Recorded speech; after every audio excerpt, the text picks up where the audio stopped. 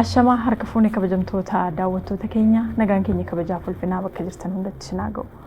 Kun qophii addaa filannoo waliigalaa torbaffaa sababeeffachuudhaan filannoo haqa qabeessaa fi bilisa taasisuudhaan ijaarsa sirna dimookiraasii jalqabame dagaagsuudhaaf gahee maal qaba kan jedhu irratti hayyoota waliin turtii taasisuudhaaf jenna. Keessummoonni keenya baga nagaan dhuftaniin jedha. Baga nagaan. Tole, Seenessaa Damisee Yuunivarsiitii Ambootti barsiisaa qorataa akkasumas barsiisaa saayinsii siyaasaa fi hariiroo idil-addunyaati. Keessummaan keenya kan biraa immoo Tarreechaa Baalchaa hayyuu siyaasaa fi hariiroo idil-addunyaa. Irra deebiin baga nagaan dhuftaniin isiniin jedha. Isinis akka lammii Itoophiyaatti egaa guyyaa boru sagalee qofaan mootummaa ijaaruudhaaf filannoo marsaa torbaffaatiin Itoophiyaan adeemsa sagalee kennisiisuu kan gaggeessitu ta'a. Bagattiin isin Baga sirna dimookiraasii biyya shaakalaa jirtu Itoophiyaadhaaf filannoon gaggeeffamu kan yeroo kaanirra kan adda isa taasisu karaa haqa qabeessa bilisa ta'e akka ta'uuf boordiin filannoo biyyaalessaa dabalatee qaamoleen qooda fudhattoota qophii garaagaraa taasisanii lammiileenis karaa teknooloojiidhaan deeggarame akkasumas immoo qaamaan buufataalee filannootti argamuudhaan kaardii filannoo isaanii harkatti galfatanii mootummaan nuuf ta'a jedhan biyya jabduu ijaaruudhaaf qooda qabu sagalee isaanii guyyaa boruu kennuudhaaf hawwiidhaan eegaa jiruuti. Adeemsi kenniinsa sagalee kun haqa qabeessa bilisa ta'uun sirna dimookiraasii shaakalaa jiru dagaagsuudhaaf qooda maal qabattee yaadda? Egaa filannoon aangoo fi birmadummaan uummataa adeemsatti mirkanaa'udha. Maddi aangoo uummata. Maddi aangoo uummata ta'uun isaa immoo kan ittiin mirkanaa'u karaa garaagaraatiin. Karaawwan san keessaa inni dimookiraatawaa ta'ee fi karaan sirriidha jedhamee yaadamu filannoodha. Maaliif jennaan uummati itti amanee na hoogganaa, na qajeelchaa, rakkina koo hin furaa gama hundumaan gama siyaasatiin, gama hawaasummaatiin, gama dinagdeetiin waan barbaachisu naaf deliver gochuu danda'a jedhee kan yaadu kan itti filatudha jechuudha. Kana jechuun maal jechuudha? Aangoon birmadummaan uummataa, aangoon dhumaa kan uummataa ta'uusaa kan itti mirkaneessu jechuudha. Kanaaf uummanni murtoo waloo kan keessatti murteessu, murtoo dinagdee gara fuula dura imaammata dinagdee wal qabatu irratti, imaammata hawaasummaa wal qabatu irratti, imaammata siyaasaa kan walitti dhufeenya idil-addunyaa, kan dippiloomaasii kan itti murteessu ijaa ta'ee fi sirna jabaa ta'e, sirna dimookiraatawaa ta'e, sirna uummati keessatti hirmaate, sagaleen isaa keessa jiru, jechi isaa keessa jiru ijaaruudhaa fi filannoon daran barbaachisaadha jechuudha. Fedhiif dantaa uummataa, dhageettii uummataa malee, filannoo malee garuu sirna jabaa, birookiraasii jabaa, jaarmiyaa jabaa fi biyya jabaa ijaaruun hin ulfaata, hin ta'u jechuudha. Kanaaf dimookiraasiin kan aangoon bulchiinsaa, aangoon mootummaa murna tokkorraa, qaama tokkorraa, qaama isa biraatti ittiin karaa naga qabeessa ta'een uummanni dabarsee itti kennuu fi uummanni hiree isaa gara fuula duraa itti murteeffatu jaa ta'ee fi kabiraa achi keessatti fedhiif dantaan jechi sagaleen uummataas akkaan waan dhaga'amuu fi biyya jabduu fi ititti ijaaruu keessattis gaheen inni qabaatu guddaadha yaada. Tole galatoomi mee Tarreechaa Itoophiyaan kana dura filannoowwan garaagaraa sirnoota nam-tokkeedhaan gaggeeffamaa turan keessas akka gaggeeffamaa turan ni himama. Haa ta'u malee karaa dimookiraasiitti erga ceenee booda 6 gaggeessineeti kan jirru amma 7ffaadhaaf qophaa'aati kan jirru. Kana keessatti immoo karaa bilisa ta'een, karaa dhiibbaa kamirraayyuu bilisa ta'een gaggeeffamuun sirni keessumaa adeemsi sagalee kennuu guyyaa boruu gaggeessinu yookaan lammiileen Itoophiyaa miliyoona 50 ol ta'an irratti hirmaatan kun bilisa ta'ee gaggeeffamuun dimookiraasii hawwinu bira ga'uudhaaf qooda maal qaba? Gaheen lammiileen qabanoo akkamitti ibsita? Filannoon tokko filannoo dimookiraatawaati kan jechuu dandeenyu filannoon sun bilisummaa yoo qabaate jecha. Bilisummaa yoo qabaate kana jechuun uummanni dhiibbaa tokko malee sagalee isaa yoo kenne, ashaaraa isaa yoo kenne nama yookiin paartii dorgomaa jiru sana mootummaa ta'uu hin danda'a. Imaammataaf tarsiimoo poolisii inni qabu, sagantaa inni qabu sana ilaalee uummanni bilisummaa yoo filachuu danda'e dhaabbileen dimokiraasii walaba ta'anii yoo filannoo sanaaf hoogganuudhaaf gaggeessuudhaaf of qopheessan dhiibbaa tokko malee miidiyaan walabummaan bilisummaan miidiyaa yoo eegame jechuudha. Sababni isaa yoo dhaabbileen dimokiraasii hin jiraatin yoo miidiyaan hin jiraatin yoo bilisummaan uummataa hin jiraatin filannoo sun filannoo dimokiraatawaa jechuun nama rakkisa jechuudha. So bara kana wanti namatti agarsiisu wantoonni amma ani kaasaa jiru kun xiqqoo ishii fooyyee kan qaban ta'uusaa kan ilaalaa jirru stiil hanga ammaatti jecha. Uummanni ofii isaatiif mootummaa isaaf ta'u filate mootummaan sunis mootummaa uummataaf filatame mootummaa uummataan hoogganamu mootummaa uummataaf filatame ta'ee akka inni itti fufuuf kan namatti karaa nuusaa ta'uu isaati jechuudha. Filannoon dimokiraatawaa ta'e biyya keenya keessatti walharkaa fuudhiinsi aangollee karaa nagaatiin akka ta'uu danda'u namatti agarsiisa jechuudha. Kanaaf filannoo maal jennee eegnaa filannoo walumaa galatti meeshaadha jechuudha. Meeshaa ittiin mootummaa tokko filan mootummaa tokko ittiin to'achuu dandeenyu jechuudha. Kana jechuun gama biraatiin filannoon afaan qawwee bakka bu'aa, rasaasa bakka bu'aa jechuudha. Biyyoota dimokiraasiin hin shaakalamiin keessatti mootummaa fiduudhaaf afaan qawweetti amanuu, rasaasatti amanuu, waraanatti amanuu jechuudha. Biyya dimokiraasiin filannoon dimokiraatawaa ta'e keessatti garuu sana bakka buusnee karaa filannootiin mootummaa fiduun akka danda'amu. Isayyuu mootummaa dimokiraatawaa ta'e fiduun akka danda'amuu fi walharkaa fuudhiinsi aangoo ce'umsi aangoo karaa nagaatiin akka ta'uu danda'u karra nuusaa qaba waan ta'eef I think ijaarsa biyyaa keessatti kunis gahee guddaa akka inni taphachuu danda'u ni kaasa. Filannoon egaa mootummaa waggoottan shananitti aanan filatamuudhaan aangoo akka inni qabatu uummanni kan carraatti kennuuf ta'uu akka danda'uuf kanaaf haqa qabeessa bilisa dimokiraatawaa ta'uu qaba jedhameeti ka'aati kan jiru. Kana keessatti gahee uummanni qabu kana aangoo mootummaa waggoota shanan dhufu biyya kana gara ta'e sadarkaa tokko tarkaanfachiisuu danda'a jedhame saniif carraa kennuudhaaf gahee isaa kana baachuudhaaf uummatarraa maaltu eegama? Egaa uummanni wanti guyyaa sanatti raawwatu murtoon guyyaa sana uummanni murteessu waggoota shanan itti aananiif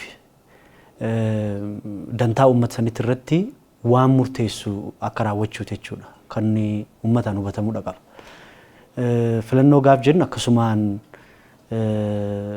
qoosadhaaf yookaan waa adda biraatiif jecha qofa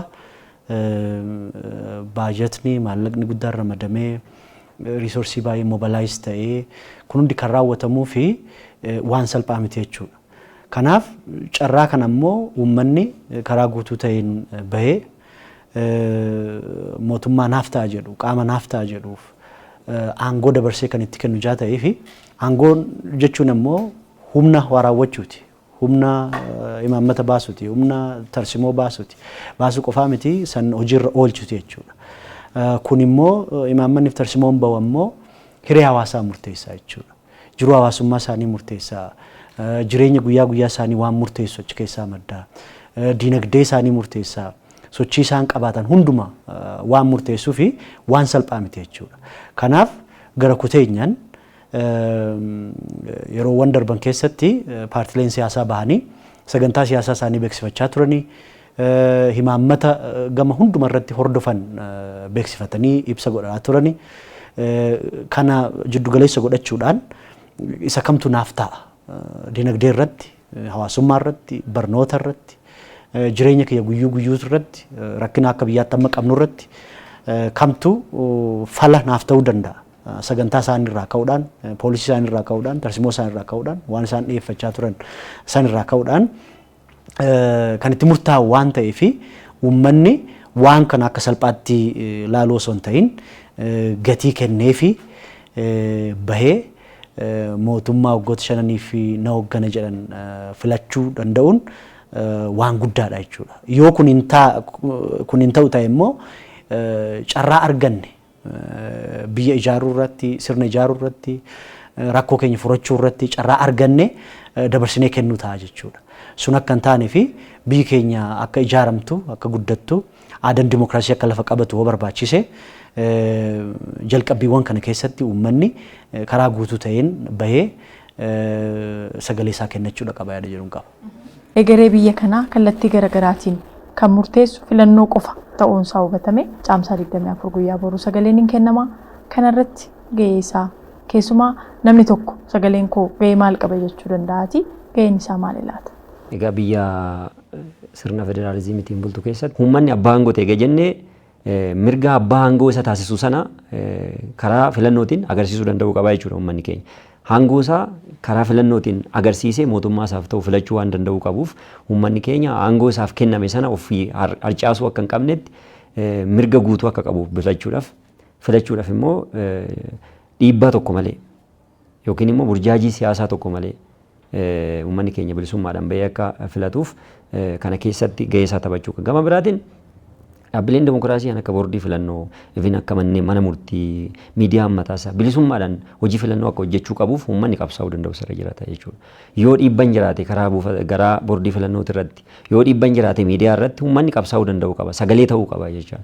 Sababni isaa dimookiraasiin nuti shaakalaa jirru kun akka inni shareeffanne akka inni hin caccabneef uummanni cinaa dhaabbatee dhaabbilee kana tumsuu irratti deeggaruu irratti boordii filannoo kobaasaa aangoo guutuu qaba jechuu miti jechuudha. Uummanni yoo deeggariin uummanni yoo cinaan dhaabbatin uummanni dimookiraasii karaa boordii filannootiin dimookiraasii sirriin akka dhufuuf filannoo dimookiraatawaa gaggeeffamuu qaba jedhee boordii filannoo qabsaa jiru kana duuka yoo uummanni dhaabbatin filannoon keenya filannoo karaa hin taanetti akka nu jalaa hin ceeneef ce'umsi walharkaa fuudhiinsi mootummaas ce'umsi mootummaallee karaa dimookiraatawaa ta'een akka itti fufuuf uummanni gahee isaa yoo hin baatin rakkoo waan qabuuf uummanni keenya gamaa gamas jiru hundumtu egaa Itoophiyaan sabaaf sablammii hedduu qabdi yeroon itti hamma itti filannoo gaggeessaa jirru yeroo itti mootummaa biyyaalessaa filannuudha waan ta'eef tokkummaan asitti barbaachisaadha jechuudha.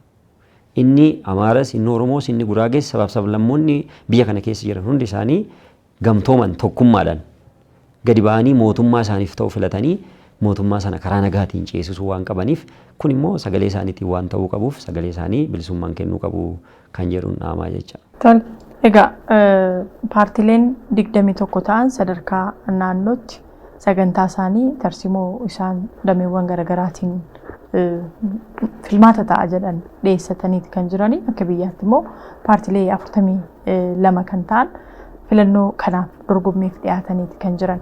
Paartileen kunneen sagalee ummataatiin sagalee ummanni kennuun aangoo kan ittiin dhufan adeemsa sagaleen kennamuun erga ifoomee boodadha.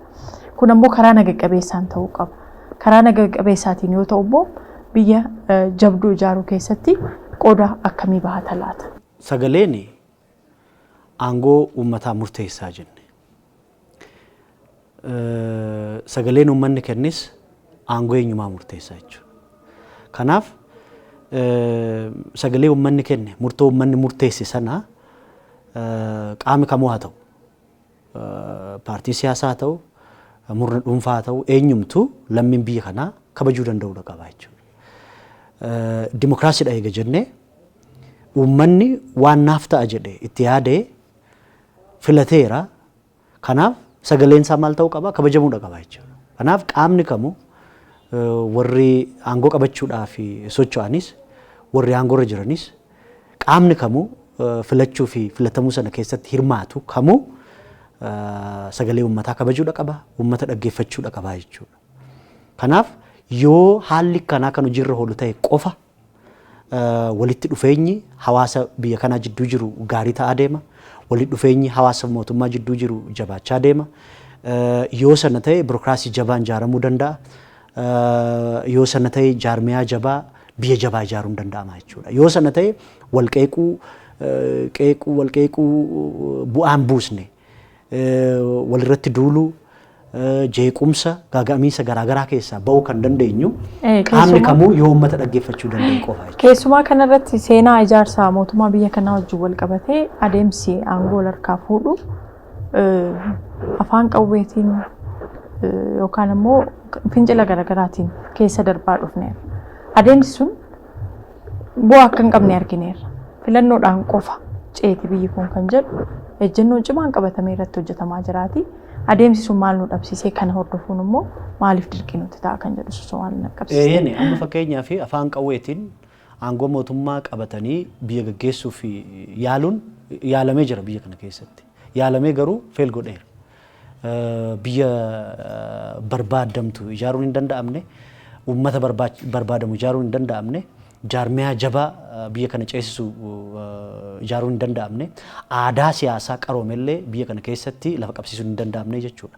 So kun yaalamee feel godheera. Kanaaf amma booda dhaloonni afaan qawweetiin hoogganamu, waraanaan hoogganamu, humnaan hoogganamu, biyyi humnaan guddattus akkuma kana afaan qawweetiin guddattus waan jirtu natti hin fakkaatu. Addunyaan haalli qabatama amma keessa jirru waan kana waan heeyyamu natti hin fakkaatu jechuudha.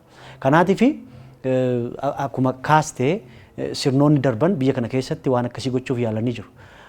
Sagalee uummataa dhaggeeffachuu dhabuudhaan, sagalee uummataa ukkaamsuudhaan waan fedhiif dantaa isaanii qofa hojiirra oolchuudhaaf socho'anii jiru. Sun immoo biyya jabduu ijaaruu oduu dandeenyu, san gochuu akka hin dandeenye nu danqee jira. Jaarmiyaa jabaa akka hin ijaarre nu danqee jira. Aadaa siyaasaa dimookiraasii wal dhaggeeffachuu, waliin mari'achuu biyya kana keessatti akka lafa hin qabanne nu danqee jira jechuudha.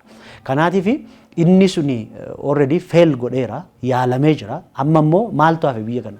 What's left? Maal dhabne? Maaltu hafe jennee olaalle walii wajjin gadi teenyee haasa'uudha. Uummata dhaggeeffachuudha. Walii keenya dhaggeeffachuudha. Kun immoo kan ta'uu danda'u bifa amma deemaa jiru kanaan jechuudha. Aangoon aangoo uummataa ta'e. Aangoon murnaa, aangoon nama dhuunfaa suni aangoo hawaasaa ta'uu hoo danda'e wal dhaggeeffachuutu dhufa, aadaa dimookiraasiitu dhufa. Haalli itti aangoon dabarfamee, aangoon waa raawwachuu dabarfamee humnoota garaagaraatti kennamu fedhii uummataaf dantaa uummataan gaafa ta'u biyya gaarii, biyya jabduu ijaaruun, dinagdee jabaa ijaaruun, biyya sadarkaa idil addunyaatti dhagahamtu, dhageettii qabdu ijaaruun, biyya hiyyummaarraa adda baate, rakkinarraa adda baate, wal waraansarraa adda baate ijaaruudhaa fi karaan nuti qabnu, filmaanni nuti qabnu karaa kana qofaa jechuudha. Kana dhiisnee carraa kana fayyadamuu dhiisnee garantaanetti deemna hoo ta'e biyya jabaa qabaachuudhaaf abjuun nuti qabnu karaatti hafa. Akka uummataattis uummata jabaa taanee itti fufuudhaaf walii wajjin jiraachuudhaaf rakkoodha. So carraan kuni noble chance, carraa gati jabeessa ta'eedha jecha.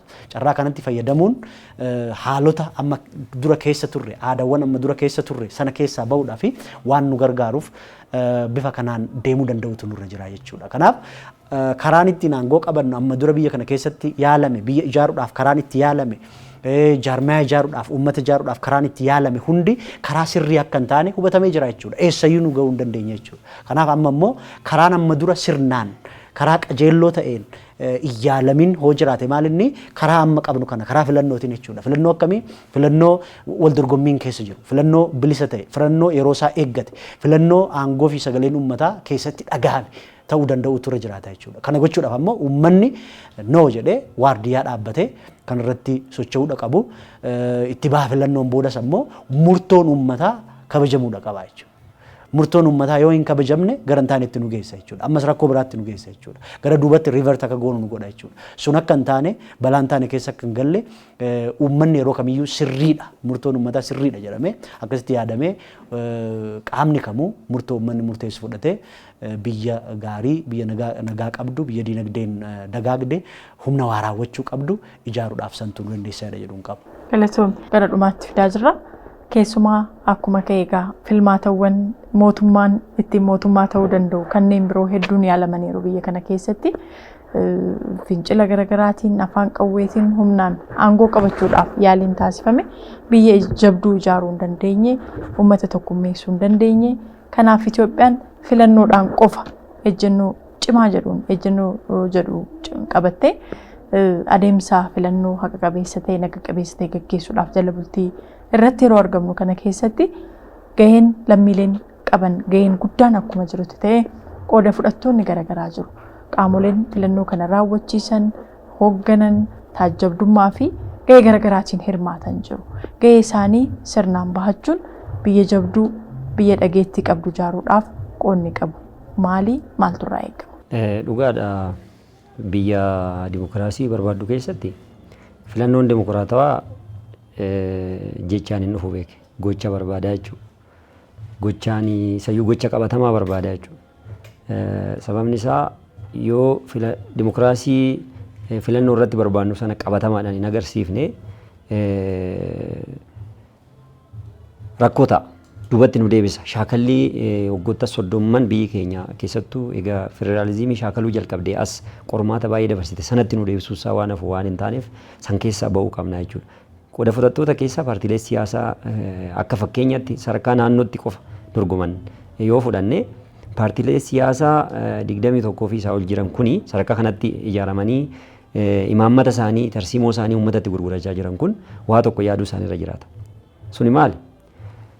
Wannummaan isaan filannoodhaaf ittiin of qopheessan yaada ta'uu qaba malee eenyummaa ta'uu hin qabu jechuudha. Yaadni immoo hin mo'as hin mo'atamas jechuudha.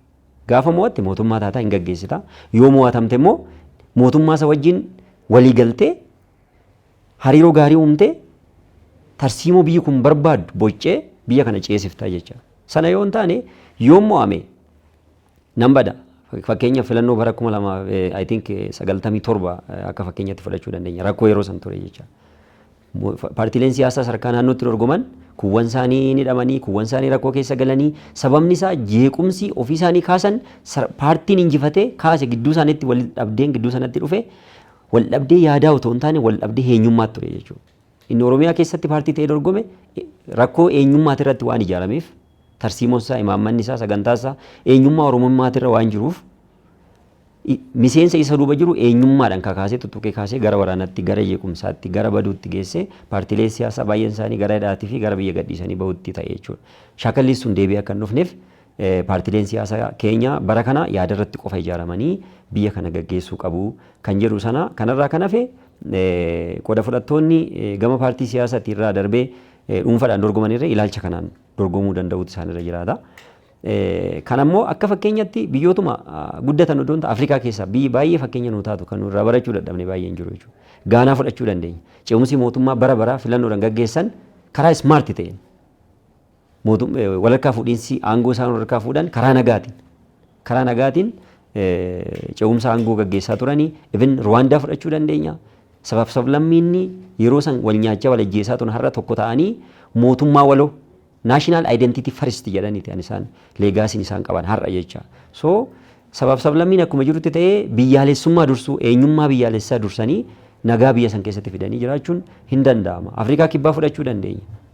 Bara Neelsan Maandeellaan pirezidaantii ta'e asitti nageenya akkamitti akka dhufuu danda'e sirna apartaayidii ofirraa jigsanii paartiilee siyaasaa ijaaramanii karaa nagaatiin tokkummaa isaanii cimsanii filannoo dimokiraatawaa biyya Afrikaa kibbaa keessatti fiduu danda'anii istiil hanga irraa dimokiraasii gaarii shaakalamaa biyya sanatti kan jiru ta'uu isaati. Itoophiyaanis kanarraa barattee paartiileen siyaasaa biyya kana keessatti jiran kanarraa baratanii Afrikaa keessaa biyyoota akka moodeelatti jiran kanarraa baratanii dimokiraasiin sirni federaalizimii kan jedhu paartiilee siyaasaa tumsa paartii biyya sana bulchuu ta'uu qabu. Poolisii bocuu keessatti imaammata biyya sanaa fiduu keessatti paartii biyya sana gaggeessaa jiru wajjiniin qindoomanii hojjechuun akka dirqamaatti fudhachuu danda'u isaa irra jiraata jechuudha.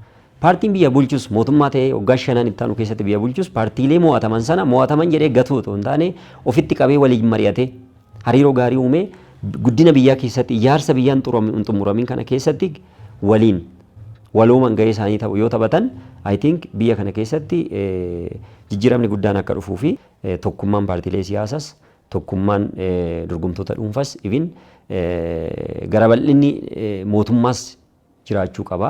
Dimokiraasiin achi keessatti kan inni karaa kanaan kan inni mirkanaa'uu danda'u kan jedhu sana kaasa. Qooda fudhattoonni filannoo kana raawwachiisan jiru kan taajjabdummaadhaan filannicha raawwachiisuudhaaf raawwachiistonni filannoo boordiin filannoo biyyaalessaa jiraati. Milkaa'ina filannoo kanaatiif gaheen isaan bahachuu qabanis yoo jiraate. Quuqama qabaachuu qabu.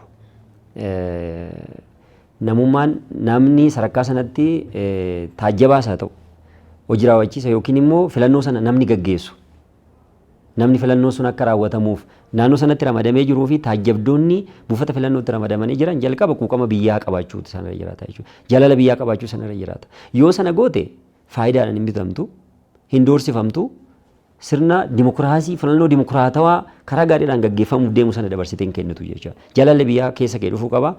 itti gaafatamummaan bakka sanatti sii kenname itti gaafatamummaa sadarkaa biyya gaggeessuudhaaf sii kenname sanatti ilaaluun namarra jiraata jechuudha. Sababni isaa biyya gaggeessuun achii ka'a waan ta'eef buufata filannoo sanarraa ka'a. Yoo buufanni filannoo karaa nagaatiin gaggeesse mootummaa biyya gaggeessu mootummaa sirrii filachuu waan danda'amuuf namni sadarkaa buufata filannoo taajjabdummaafis raawwachiisuudhaafis naannoo sanatti ramadame quuqama qabaachuu quuqama biyyaalessaa qabaachuu itti dhagahamuu qabaa jechuudha. Yoo sana hin taane waan xiqqoodhaan namni bitamee waan xiqqoodhaan namni doorsifamee sagaleen uummataa karaa hin taanetti akka sharafamuuf carraa ta'a jecha. So ani irra deebi'ee kanan kaasu dhugaa dubbachuuf namni naannoo san jiru paartii siyaasaa bakka bu'eeti. Paartiilee siyaasaa biyya kana gaggeessaa jirus bakka bu'ee paartiilee siyaasaa kaanis bakka bu'ee uummata bal'aas bakka bu'ee taajjaba baay'isee. Taajjabummaaf namni naannoo sana jiru. Inni raawwachiisuuf achi jirus waadaa uummata Itoophiyaa guutuu qabatee bakka san ta'a waan ta'eef quuqamni uummataa imaanan uummataa akka isarra jiru beekee naannoo sanatti waan hin taane akka hin taanetti hin ta'u jedhee fuuldura dhaabbachuu waan ta'uu qabu immoo ta'uu qaba jedhee sagalee isaa kennuu ejjennoo qabachuun haqummaadhaan filannoo sun naannoo sanarratti gaggeeffamee yoo xumurame I think filannoon bara kanaa carraa guddaa fiduu akka danda'u wanni namatti agarsiisu jira jecha. Wanti hafe itti dabalamuu qaba jettanii wanti kaastanii jiraatu carraa kanaan ergaan dhaamuu barbaadu jiraatu. Filannoon agarsiistuu birmadummaa uummataati. Birmadummaan uummataa immoo birmadummaa biyyaati. Kana mirkaneessuu keessatti ammoo mootummaanis of qopheessuu qaba. Sagaleen uummataa akka kabajamu, nagaan uummataa akka kabajamu, maqaan biyyaa akka kabajamu kana keessatti mootummaan gama hundumaan of qopheessuu danda'udha qaba jechuudha. Tokko. Lama paartileen morkattootaa kanarratti hojjechuu danda'udha qabu. Wanti filannoo wal qabatee biyya kanaaf ta'u hundi isaa birmadummaa uummataatiin wal qabatu. Gatii guddaa birmadummaa uummataa akka qabu hubachuu danda'udha qabu. Kanarratti warri filatu kan filatamu hundi nagaa isaanii eeggatanii nagaa biyya isaanii eeggatanii dubbiin filannoo dubbii birmadummaa biyyaatiif birmadummaa uummata bal'aati jaa ta'ee fi kanarratti jabaatanii hojjechuu danda'udha qabu jechuudha. Kabira qaamni taasisamu ka biyya keessaa ta'uu danda'a ka biyya biraatti dhufee taajajilu jiraachuu danda'a. Keessa'uu qaamni biyya keessaa birmadummaa biyya isaaniiti eenyummaa biyya isaaniiti. Kanaaf kana komproomaayisii osoo hin gooniin gatii kaffalanii kanarratti jabaatanii hojjechuu danda'utu irra jiraata jechuudha. Mootummaanis haa ta'u paartiin dorgomee aangoo mootummaa qabachuuf socho'u kamuu dantaa dhuunfarraa bahuu danda'utu irra jiraata. Dantaa murnaarraa bahuutu irra jiraata. Dantaa paartiirraa bahuutu irra jiraata. Dantaa biyyaatiif dantaa uummataa durfachuu meentaalitii saniin of qopheessuu achi keessattis hirmaannaan godhamu kamuu bifa kanaan ta'uu danda'utu irra jiraata. Qaamileen nagaa hawaasaa eegsisan kanarratti gahee mataa isaanii bahachuu danda'udha qabu jechuudha. Maaliif waan murteessaadha jechuudha. Uummataaf biyyaaf murteessaadha waan ta'eef jechaadha. Kabira qaamileen hojii kana raawwachiisan fakkeenyaaf kan akka boordii filannoo kanarratti cimanii of qopheessuu danda'utu irra jiraatu. Isaanis maalinni qaama biyyaati. Paartileen mormituu mootummaan biyya bulchu qaamni waan kana raawwachiisu qaama nageenyaa ta'uu danda'a. Warri siivilii boordiin garaagaraa komishiniin garaagaraa ta'uu danda'a. Mataan isaanii Itoophiyaadha. Nuti Itoophiyaadha. So Itoophiyaa kana moor gara fuulduraatti adeemsisuudhaa fi dirqama guddaatu nurra jira. Dirqama kana kan baachuu dandeenyu karaa kamiin? Karaa naqa-qabeessaatiin, karaa naqa-qabeessa ta'een, karaa wal dhaggeeffachuun aadaa sanaan guutameen. Kanarratti qaamni hunduu of qopheessee yoo kan deemu ta'e bu'aan filannoo kanarraa argamu guddina biyyaatiif birmadummaa biyyaatiif gama hundumaanuu bu'aan inni qabaatu guddaadha jedhee yaada. Guddaa galatoomaa. Wanti hafe wanti dabalamu jira yoo jettan carraatiin ilaalla. Uummanni keenya karaa nagaatiin bahee filannoo gaggeessee karaa nagaatiin mootummaa ofii barbaadu filatee mootummaanis walitti dabarsa aangoo karaa nagaatiin gaggeessee biyyi keenya filannoo karaa nagaatiin yeroo jalqabaatiif gaggeessitee marii biyyaalessaatitti tarmii lammaffaa yookiin karoora lammaffaa pilaan bii marii biyyaalessaatiif qophaa'aa jirru kanatti ceenee bara itti mootummaa dimokiraatawaa hundeessinee marii biyyaalessaatti gaggeessinu ta'uu qaba kan jedhu sana dhaamuu fi dargaggeewwan keenyas yeroo baay'ee halki itti dargaggeessi keenya yookiin jenereeshiniin amma jiru kun siyaasa itti hubatu siyaasa sooshaal miidiyaa irraa bahanii siyaasa qabatamaa hubachuu nurra jiraata jechuudha. Jaalala biyyaa karaa giddu galeeffateen yookiin murna tokkoof loognee yookiin quuqamnee otoo hin taane paartiin hin dhufaa hin darbaa beeke kan hin dabarre biyyi hin dabartu biyyi yoomiyyuu itti fufti. Dhugaa dubbachuu biyyi keenya dimokiraasii amma jalqabde kana itti deddeebiidhaan shaakaltee dimokiraasiin hawwinu sun biyya keenya keessatti akka dhufuu qabu wanni namatti agarsiisu jira waan ta'eef anis kana dhaamuufi jecha. Guddaan sin galateeffadha. Ayyamamuu taatanii sa'aatii bal'aan ulaattanii gaaffii deebii kanaaf asitti waan nu argamtaniif maqaa daawwattoota televezyiinii Faanaatiin irra deebi'ee guddaa galatoomaan siniin jenna. Isinis galatooma. Itoophiyaan filannoodhaan qofa sagalee uummataatiin mootummaa ijaaruudhaaf jala bultee irratti argamna. Kana taasisuudhaan ammoo biyya dhageettii qabdu, biyya jabduu, biyya dimokiraasii eegaltee dagaagsuu dandeessu ijaaruudhaaf sagaleen uummataa qooda guddaa qaba. Kana milkeessuudhaaf eenyu irraa maaltu eegama kan jedhu irratti turtiin hayyoota wajjin taas kana fakkaata ture. Filannoo milkii qabu kan sagaleen uummataatti kabajamee fi karaa naga qabeessa ta'een aangoon itti ce'u akka nu ta'u hawwii qabnu asumaan isin ibsa. Qophii keenyarraa kan aangoo lamneerra. Qopheessituun qophichaa Muluu Akshumeen ture. Nagaatti.